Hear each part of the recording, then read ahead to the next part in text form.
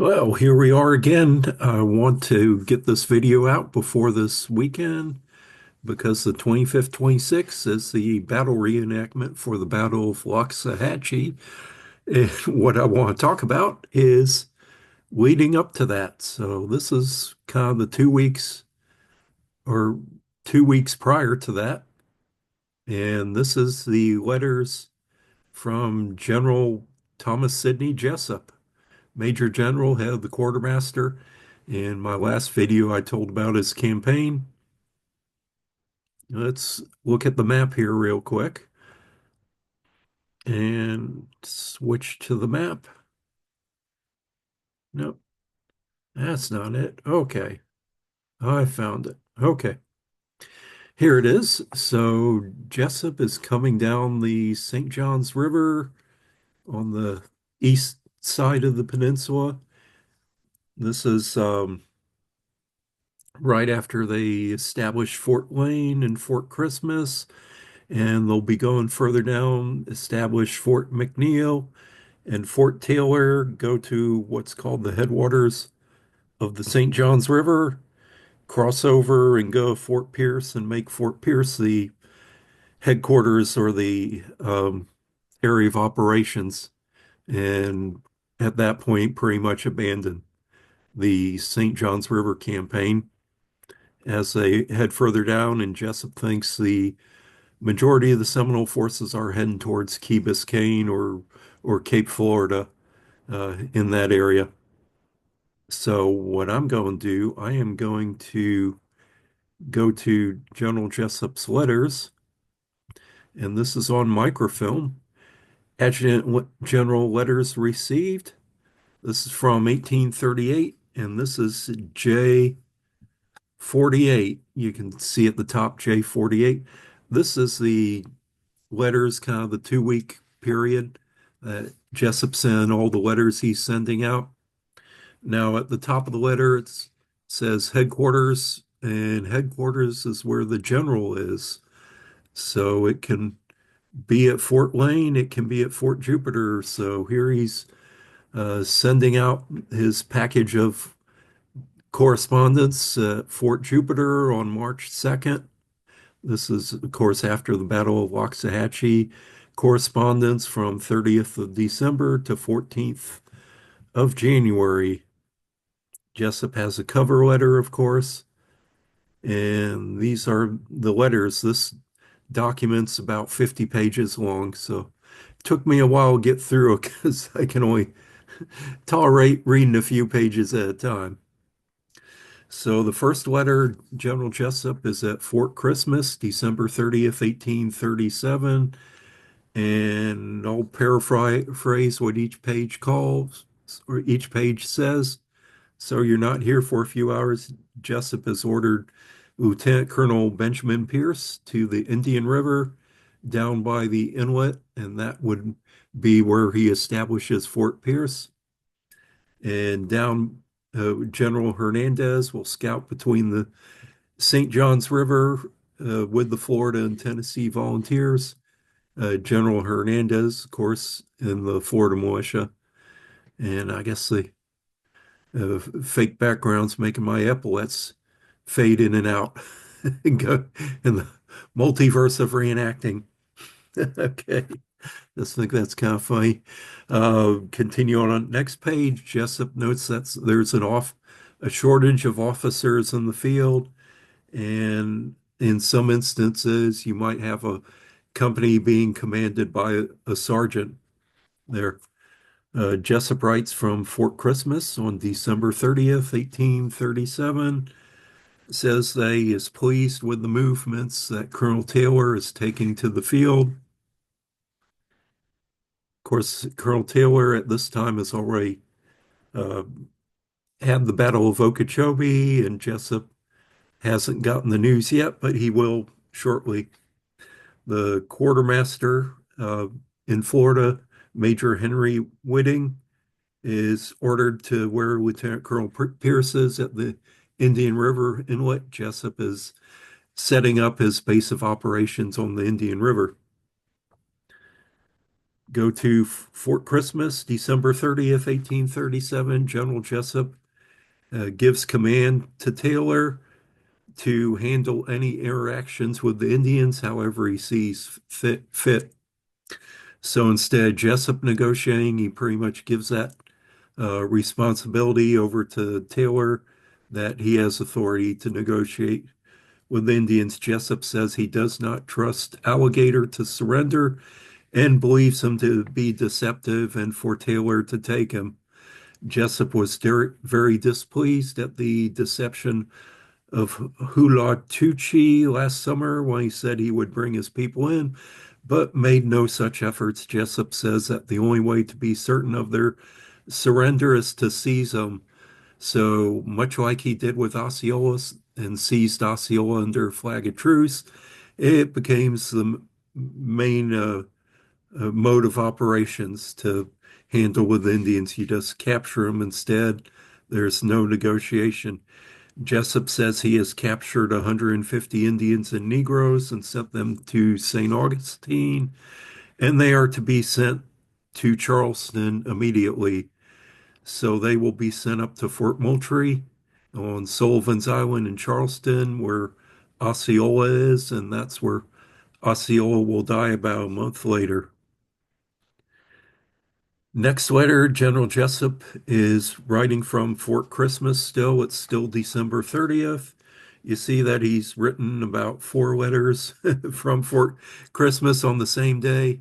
He's just rapid fire correspondence. Jesup is ordering 60,000 musket and carbine cartridges and sent to Fort Pierce. So loading up on ammunition.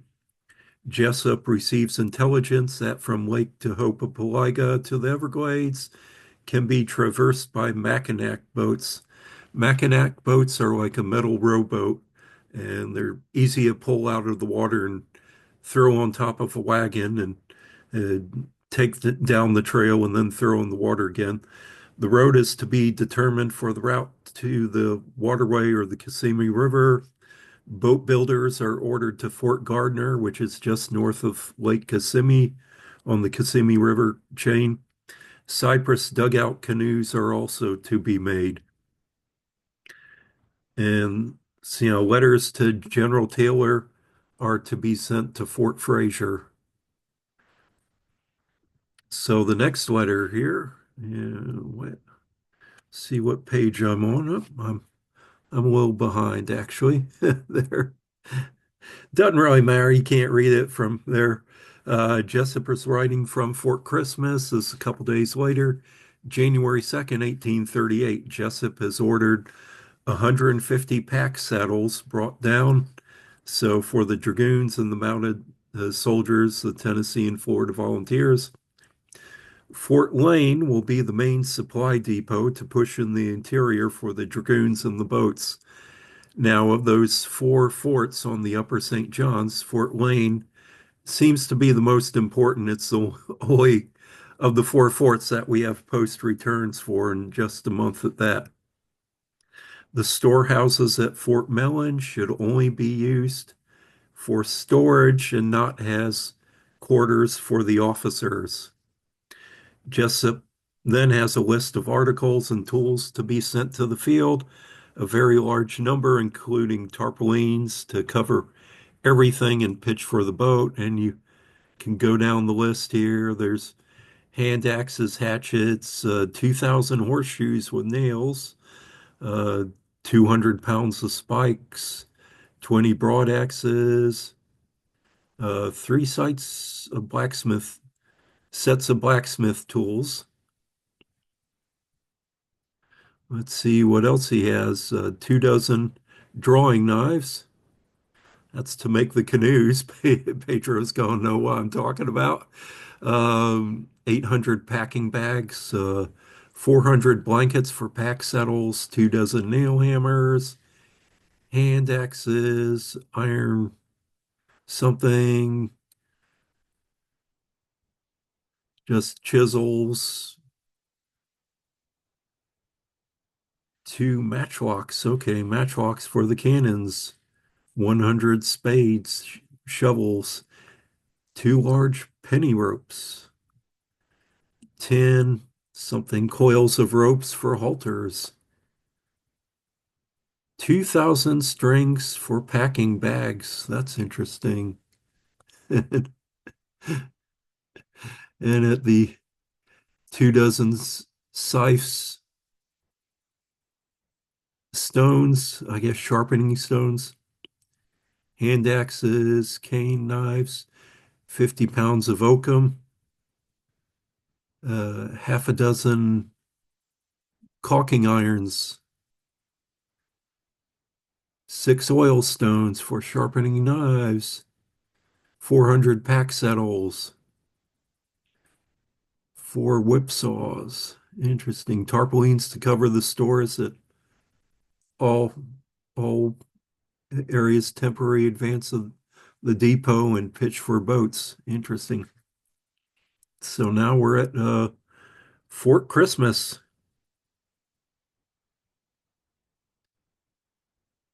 Okay, let's go to the next page.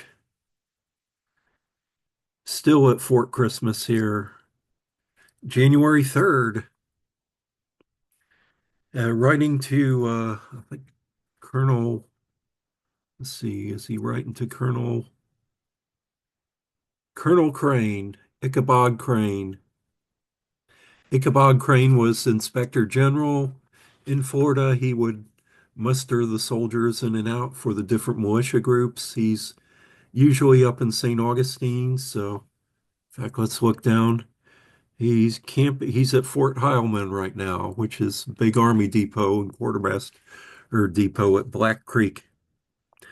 Says they needs a JAG officer after the death of T.B. Adams. Thomas B. Adams is the nephew of John Quincy Adams and the grandson of President John Adams. Of course, the Adams, the family was all lawyers, and so he was the JAG officer in the Army, and he died just before this time of typhoid. Jesup tells the quartermaster at Black Creek that it's very important that all letters be transmitted wherever they're supposed to go. Apparently, they weren't getting sent on their way. They were just sitting at Black Creek, and the reports were not getting forwarded. Jesup writes from Fort Christmas again, January 3rd. Jumper with 62 of his people have come in and are on their way to Peace Creek or uh, Peace River, Peace Creek. PEAS. Originally, it was peas, as in peas and carrots. Jesup tells Colonel Taylor to make arrangements to the Indians that he needs to. If there are no arrangements, the Indians shall be sent to New Orleans immediately. Jesup wants to remove the Indians from Florida as quick as he can. He wasn't all that successful there, although he eventually did send several hundred to New Orleans after this campaign. That's another story. But Jesup orders 30,000 musket cartridges and 20,000 carbine cartridges sent to Fort Lane.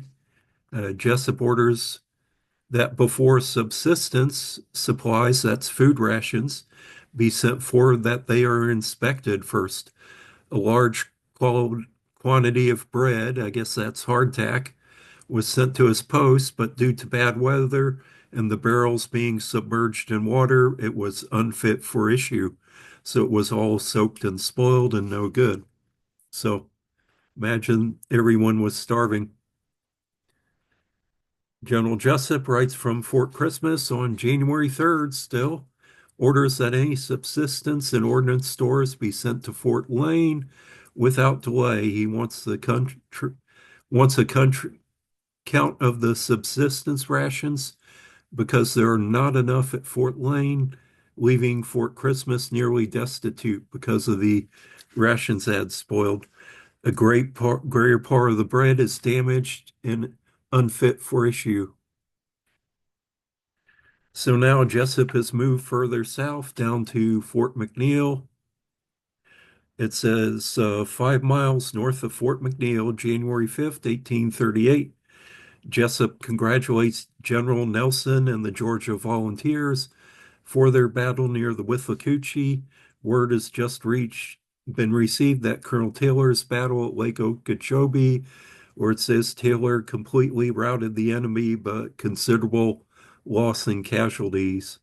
Of course, the most costly victory of the Army, where 26 or 27 men were killed and about 112 wounded, including killed, was Colonel Richard Gentry leading the Missouri Volunteers and Lieutenant Colonel Alexander Thompson of the 6th Infantry. He was the commanding officer of the regiment, the 6th Infantry in Florida.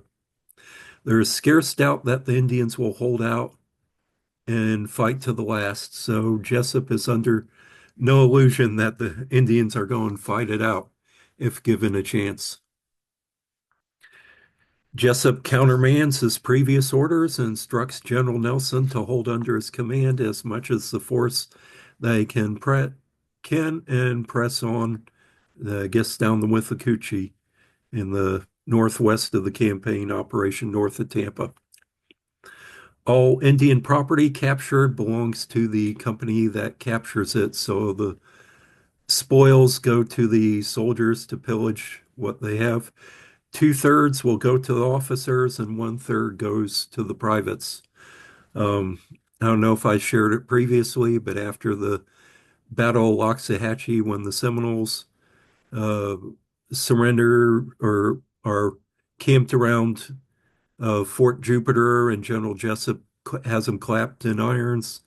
There's record of the officers giving away all the horses that the Indians have and the weapons and pretty much all the belongings that they had seized. Next letter from Fort McNeil. Jesup is very displeased with the conduct of Colonel Snodgrass of the Alabama militia, but it doesn't say what was happening. I'm curious. I couldn't find out either. Since it was before the Alabama militia came under Jesup's command, then the War Department will have to determine what to do with whatever he's talking about.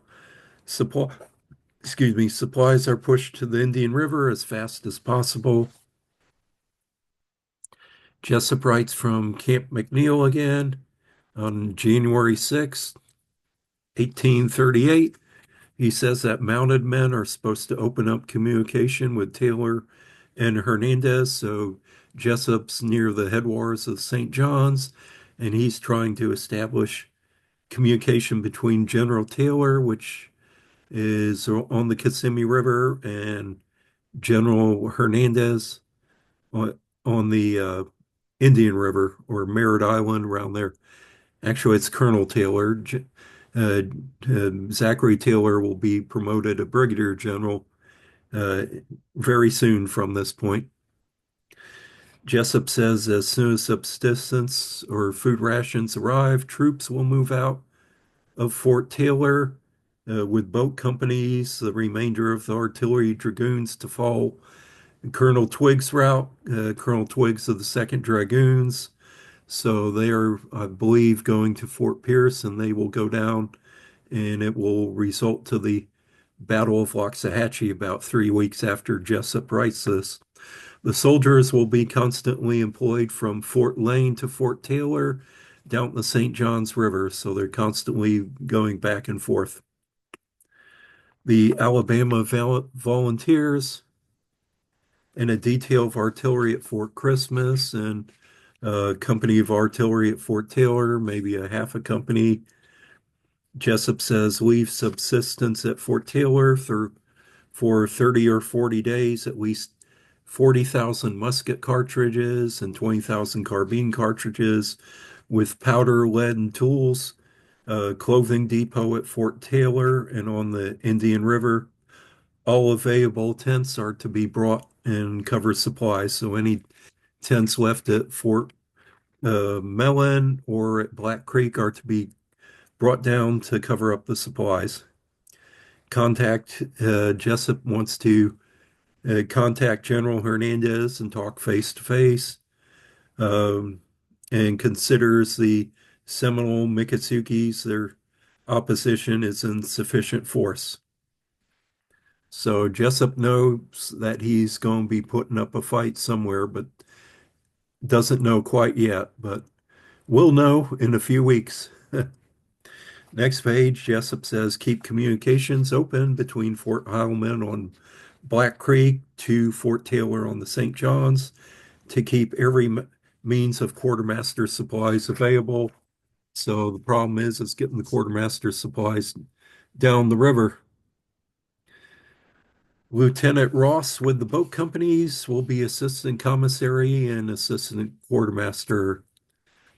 The major, the major quartermaster, Major Whiting will employ a schooner to take supplies to the Indian River and contract a vessel to be in the Indian River. So Jesup is slowly moving his campaign. He's still on the St. John's. He says if the enemy goes further south, every effort is to be made to move supplies down to St. Lucie Inlet with forage subsistence and muskets. And of course, that'll eventually become Fort Jupiter. The next page, the Alabama Volunteers will be posted at Fort Heilman, Fort Payton, Fort Hanson, between the St. John's and the Ocklawaha. So the militia or the volunteers will be on the lower St. John's and up around St. Augustine. Says keep communications open with Fort Lane by express, open communications with Colonel Taylor if possible, have Lieutenant Colonel Pierce scout between the Indian River and headwaters of the St. John's. And hopefully the war will be ended in 2 months. Of course, we know at this point it's going to be 4.5 years. General Jesup commands Brigadier General Abraham Eustis to command at Fort Taylor at this point. So south of the Big Cypress on the St. John's, so Jesup has moved south of Fort Taylor now, south of Big Cypress on the St. John's, between Fort Taylor and Pierce, January 7th, 1838. Let me show you real quick where this is at on the map again.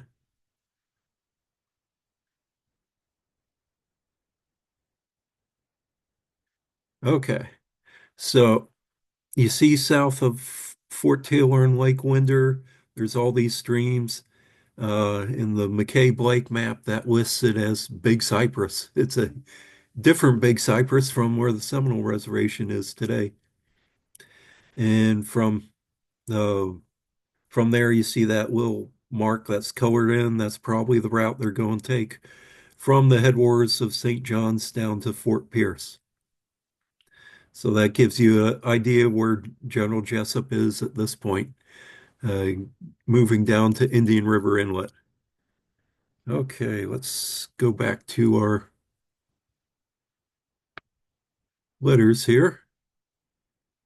Okay, south of the Big Cypress of the St. John's, January 7th. Let's see, how's that? What page I'm on? Yes, okay. Jesup is directing to scout from 10 to 15 miles west of Fort Taylor because the current route is impractical for wagons. Tomoka John says there's a better trail 6 miles to the west of Fort Taylor. Not sure if that ever panned out. One of the other guides and interpreters, Phillips Johns, knows the hunting trail and can be a guide. So Jesup is still poking around, seeing if there's any Indians left over from the Battle of Okeechobee. Jesup says there are signs of a large body of Indians moving to the west, which may be possible, but Jesup will never catch them. Jesup would like that confirmed. Tomoka Johns claims that the trails are better to the west and can be used for wagons. Jesup wants General Eustis to find the best route to the wagons and what's good to bring the wagons down. Jesup moves down a camp at the headwaters, head of the St. John's, January 9th. So he's in all that little creek area, getting down to Fort Pierce. Jesup says he's on a heavy trail. A prisoner taken on the 7th says that the Indians are in force at the Okeechobee. Of course, that's kind of old information.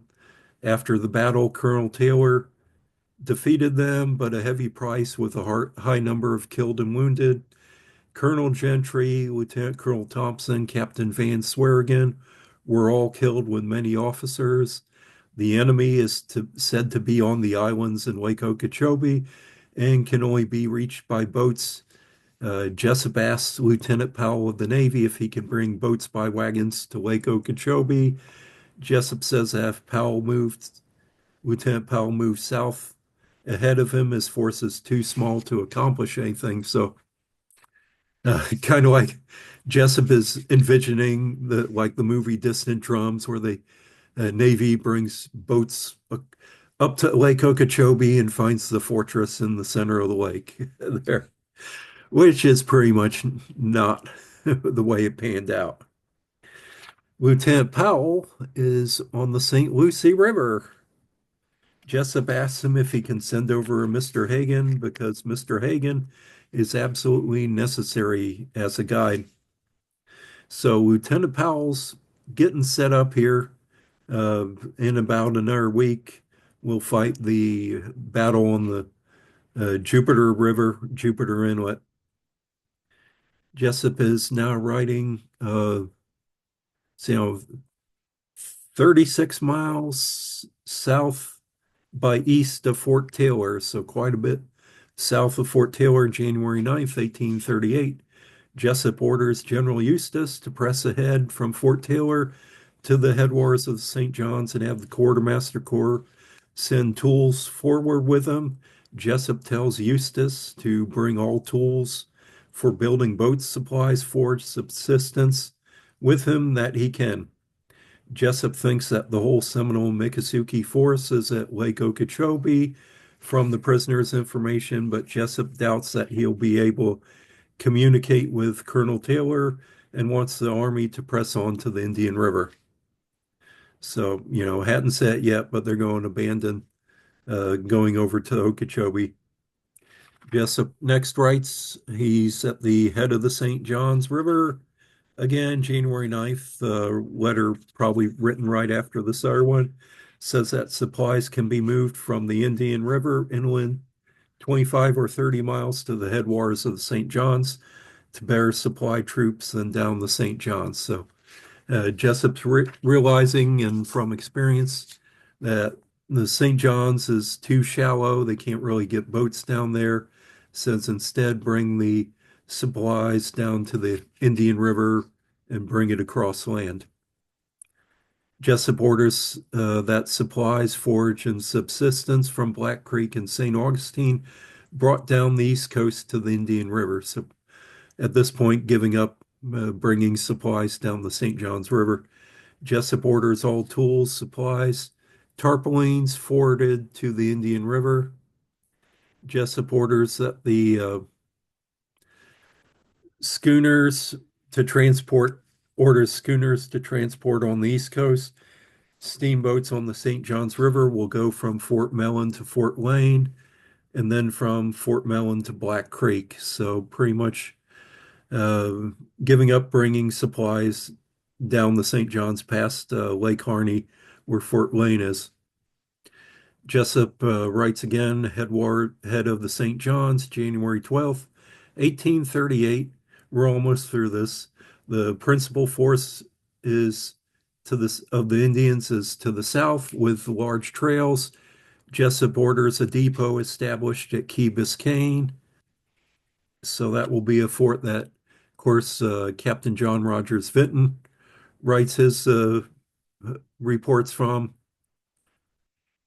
Jesup orders the following sent to Key Biscayne: 40,000 buck and ball cartridges, 20,000 carbine cartridges, 100 pounds of rifle powder, and 200 pounds of lead. So get stocking it up on Key Biscayne.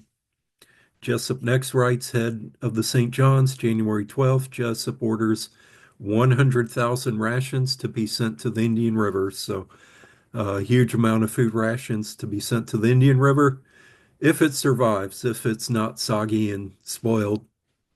Jesup writes from the head of the St. John's, January 12th.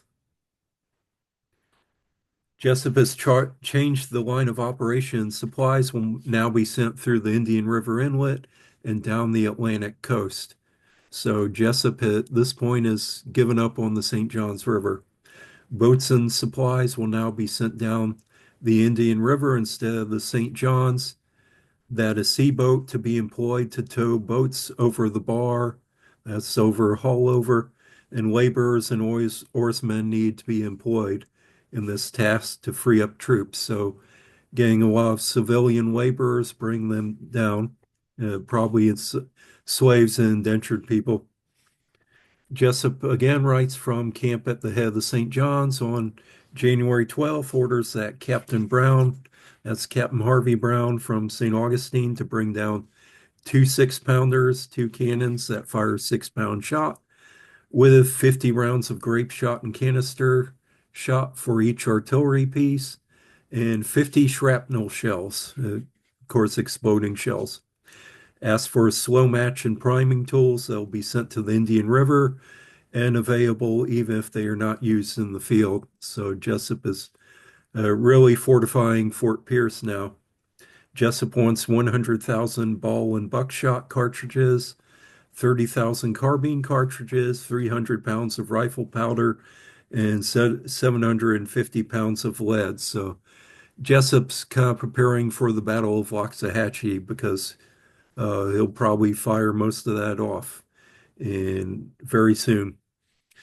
Jesup again, next letter, writes from the camp on the St. John's, January 12th, 1838.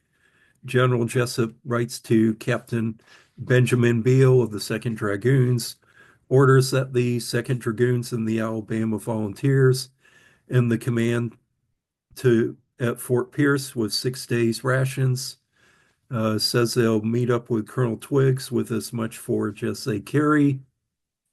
So they're getting ready to scout around Fort Pierce and will eventually head down towards the Loxahatchee. Jesup writes camp of the head of the St. John's on January 12th. Says that Major Churchill should discharge the Alabama Volunteers from service. Jesup has not come up with the enemy at all, but has gained important knowledge of the country. The route of supply will be changed to the Indian River south along the Atlantic coast, totally abandoning the St. Johns River at this point. So that's one reason why we don't have any post returns from Fort Christmas, Fort McNeil, and Fort Taylor is that pretty much they're abandoned after being built 2 weeks earlier. Next letter, Jesup is camp at the head of the St. John's, again, January 12th. Jesup orders Quartermaster Harvey Brown at St. Augustine or Gary's Ferry to obtain subsistence, forage, means of transportation, ordnance stores, clothing, supplies required for the Army moving south. He wants to build up a huge supply depot here at Fort Pierce. All steamboats on the St. John's can be spared. That can be spared. Light draft schooners and light draft steamboats all be employed to do light draft vessels to tow vessels on the Indian River and St. Lucie. Any vessels waiting at St. Augustine or Gary's Ferry should come forward and discharge at Fort Pierce. Employ laborers and oarmen at Fort Pierce, and a depot will be established at Key Biscayne. So building up the force here, especially when we get to the next page, Jesup orders 50,000 rations of subsistence, 50,000 bushels of corn and oats will be sent to Fort Pierce if transportation cannot be obtained. Order the supplies directly from Charleston. So he says if you can't get the corn and oats around St. Augustine, just shipping down from Charleston as soon as he can. Jesup says bring forward axes, saws, hammers, and all tools for making boats and canoes. Order anything else as omitted and send without delay to Fort Pierce. So General Jesup's given a blank check for the quartermaster to bring down everything. That's pretty generous for General Jesup because he was really had kept the purse tightly closed usually. Jesup writes from headwaters head of the St. John's, January 12th, writes to Lt.Powell, commanding U.S. Navy force. The principal force of the enemy is unquestionably south of us, and it is important that a depot be established on the south branch of the St. Lucie. That will turn out to be Fort Jupiter. Cooperate with General Hernandez on the reconnaissance. Tennessee volunteers under Lieutenant Colonel Benjamin Pierce will operate south of St. Lucie in the boats to protect that force. If you can take the boats to Okeechobee through the New River, the enemy may be found in isles on the lake. So Jesup's thinking that he can bring boats from the New River at St. Augustine to Okeechobee. I don't know if it connects so much there. He's still thinking the Seminoles are on the islands out in Lake Okeechobee. Jesup is now at the camp still at the head of the St. John's, January 12th. Once again, writes to General Hernandez. It says for him to establish a depot on the south branch of the St. Lucie, conduct a reconnaissance of that area in south with Lieutenant Powell of the Navy. Of course, that will turn into the battle in 3 days. It says dismount all the mounted force not required and have them scout around Fort Pierce and employ boats to bring over forage over the haul over to Fort Pierce. Unite with Lieutenant Colonel Pierce and advance south of the St. Lucie.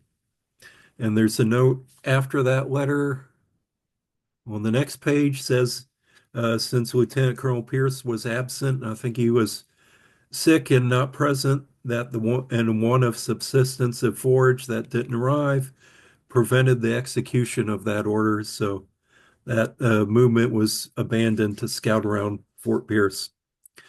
Jesup writes from the head of the St. John's again, January 12th, 1838. Says the supplies previous ordered down the post on the St. John's will be sent to the Indian River and St. Lucie instead, except what is needed for the garrisons on the St. John's River.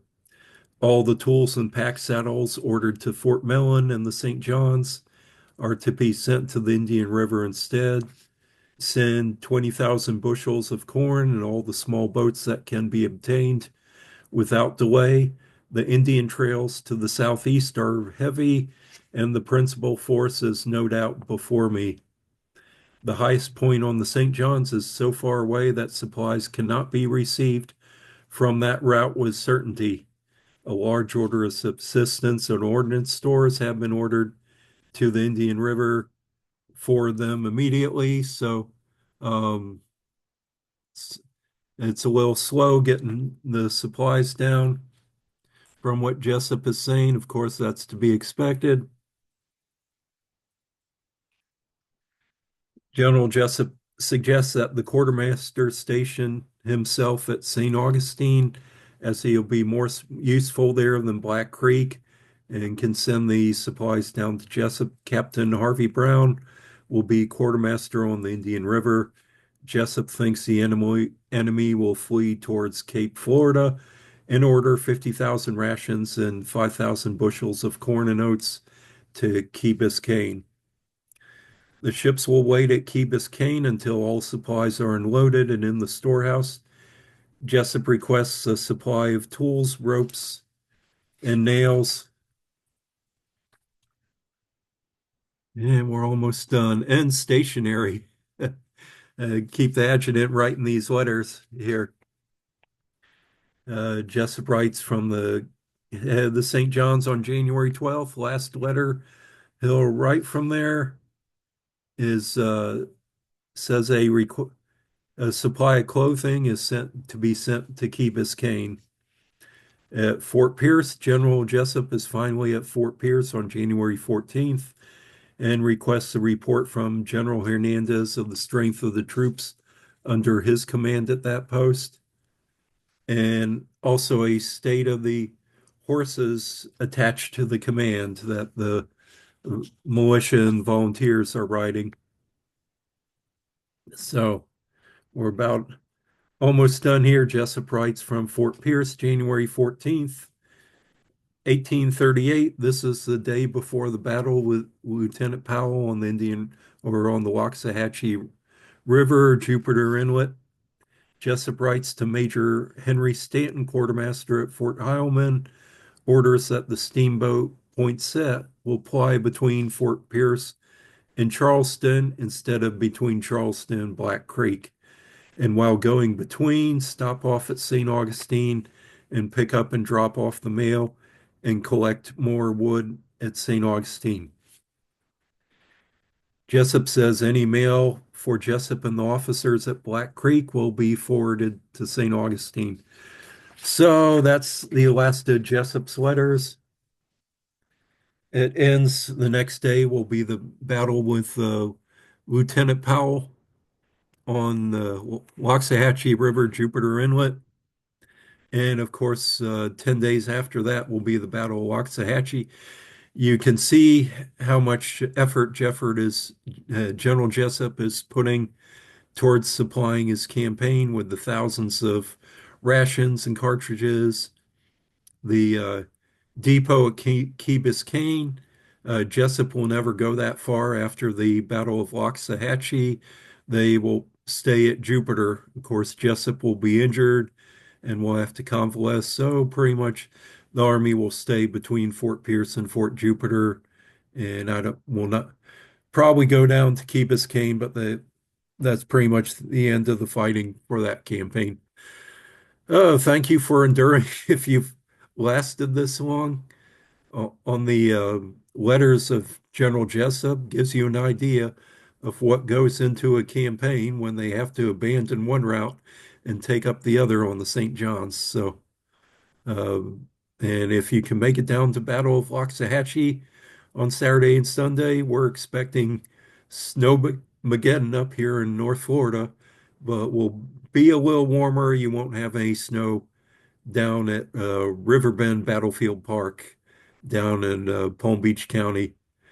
And that's it for now.